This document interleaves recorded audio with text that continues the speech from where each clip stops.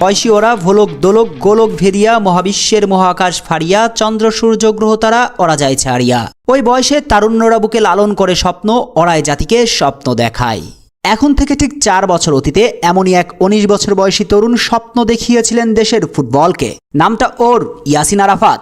যারা বাংলাদেশের ফুটবলের গোড়ার খবর রাখেন তারা তো নিশ্চয়ই চেনেন, আর যারা চিনেন না জানেন না তাদের জন্য জানিয়ে রাখা ভালো। বাংলাদেশ অনূর্ধ্ব 15, 17, 23 দলের গণ্ডি পেরিয়ে লাল সবুজের ডিফেন্সে ধূমকেতুর মতোই ইয়াসিন আরাফাতের আবির্ভাব। আরও একটি স্পষ্ট করে পরিচয়টা দেওয়া যাক। মনে পড়ে 2021 সাফ চ্যাম্পিয়নশিপে ভারতের বিপক্ষে সেই ম্যাচের কথা।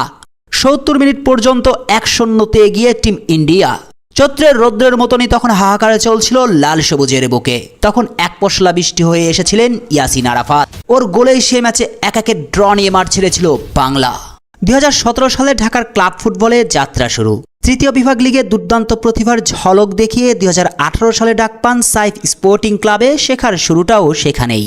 2019 সালে ভুটানের বিপক্ষে লাল সবুজের জার্সিতে অভিষেক হয় ইয়াসিনের। এরপর আর পিছন ফিরে তাকাতে হয়নি স্বপ্নবাজ এই তরুণকে।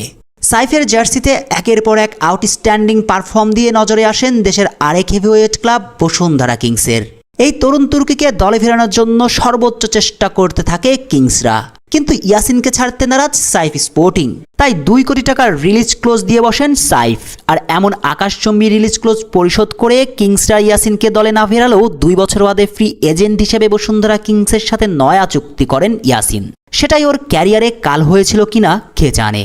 তবে সাইফ স্পোর্টিং ছাড়ার আগে সাইফের জার্সিতে 66 ম্যাচ খেলে একজন লেফট ব্যাক হয়েও নামের পাশে আছে 8টি গোল। অর্থাৎ পরিসংখ্যান বলে দিচ্ছে ইয়াসিন ডিফেন্সের প্রপার প্যাকেজ। বাংলাদেশ ফুটবলকে ইয়াসিন দিতে এসেছেন মোটো ভরে। তবে সে স্বপ্নের পালে আর হাওয়া দিতে পারেননি ইয়াসিন। এরপরই শুরু হয় আরাফাতের ছন্দপতন।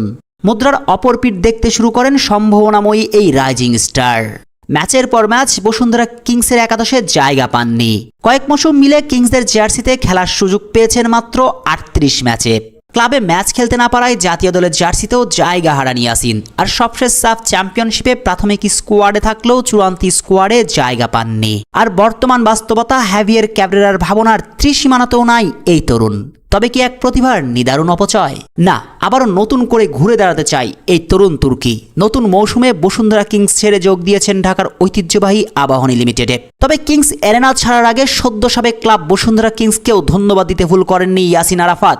আকাশী নীল জার্সিতে আসন্ন মৌসুমে একাদশে জায়গা করে নিয়ে নিজেকে আরও একবার প্রমাণ করে লাল সবুজ জার্সিতে নিজের হারানো সিংহাসন ফিরে পেতে চাইবেন 23 বছর বয়সী এই তরুণ। ইয়াসিনের ফেরার অপেক্ষায় তো আছে পুরো দেশ।